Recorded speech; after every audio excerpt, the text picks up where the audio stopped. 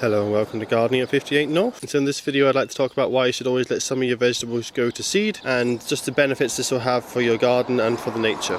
So this here is a good example of a kale. This is an ornamental kale. I grow these in my garden as a winter bedding scheme, but every year they go to seed and you get these lovely spring flowers. So for me it's an ornamental reason as well as a nature reason. So you can see over here I've got lots in my front garden already, flowering away nicely. So as I say, when it comes to vegetables, most vegetables when they go to seed you tend to dig them up and you don't use them anymore because what you're wanting is the harvestable part, which isn't the flowers, unless it's something like broccoli. But even broccoli, once it goes over, it also goes to flower. So if it's anything from the brassica family, so that's cabbages, kale, broccoli, kohlrabi, even Brussels sprouts, they have these lovely kind of flowers. So as I say, the common name for the family is brassica, but it used to be the cruciform family, and that's because there's a cross shape to the flowers. So they all have these similar flowers. They're normally always yellow. They do vary a little bit, but they're normally yellow. And they normally give you this great display here. Now just in my garden alone, I've taken a lot of photos of all the insects that have been on here. So if you're not a big fan of seeing insects, look away for the next few minutes. But basically, I've had loads of insects. You can see there's actually a few little tiny beneficial wasps flying around. These are the kind of ones that eat the aphids. They lay their eggs in the aphids. So I've seen lots of small beneficial wasps on these. I've also seen lots of interesting little weevils. They shouldn't cause too much issue for your plants. It's not like vine weevil. There's also lots of bees, so not just honeybees and bumblebees. I've taken pictures of honeybees and bumblebees on here, but there'll be lots of other types of bees that also come to this, and other pollinators like various flies. Hoverflies are very beneficial for your garden because they will lay their eggs and their young will actually eat the aphids off your plants. So it's a great way to encourage beneficial insects.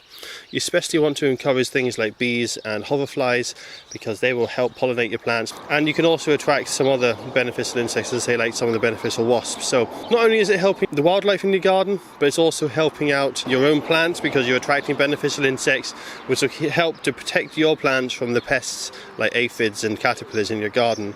Same with wasps. If wasps come and visit this, the bigger wasps, they might seem like nasty insects, but they're actually quite good at eating larger caterpillars, so they'll deal with a lot of the caterpillars for you. There's also lots of interesting beetles on here. Normally they're small pollen beetles, but you can get some more unusual ones with some beautiful colours as well. So that's the brassicas. Really handy to have them in the garden. Let one or two go to flower.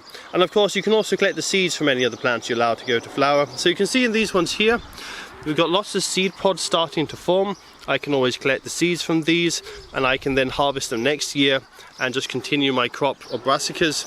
In this instance it's kale, without having to buy new seeds every year. So that's another good reason that you might want to let your plants go to seed. So the brassicas are a particularly good one.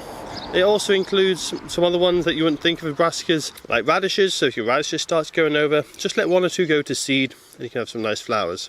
So there's a lot of other vegetables as well. You've got vegetables which are in the Apiaceae family, so they are more like carrots and parsnips and coriander. They're actually quite different looking. They tend to have white flowers. Parsnips tend to have yellow flowers though, but generally white flowers for that family, and they're really, really good for insects. So you get lots of pollinators on them and they're quite nice looking flowers. Then you've also got plants like the alliums. So the alliums flowers, they vary. Some of them will look a little bit more like this one here, and with the alliums I'm talking about garlic, onions and leeks, but most of them will actually look more like your traditional allium that you would have in your garden. So this is my row of traditional alliums, and what you'd expect if you allow an onion to go to seed is you'll get a big stalk like this. Same with the leeks, not so much with the garlic flowers aren't as good to be honest, but the leeks and onions should send up a big stalk like this. You'll then get a big bud that forms and then it will open up into some allium flowers. Now I'll show you the picture of these alliums when they're in flower. Form of the flower is basically the same with onions and with leeks, but instead of having that lovely purple colour you tend to have white flowers or cream flowers. So it does look quite different, but they're really good for pollinators, particularly for bees, so that's definitely one that's worth growing. So that's the main vegetables covered, the ones that you wouldn't normally allow to go to seed, but I'm just recommending that you should allow some of them go to seed. There are other vegetables of course, like lettuce.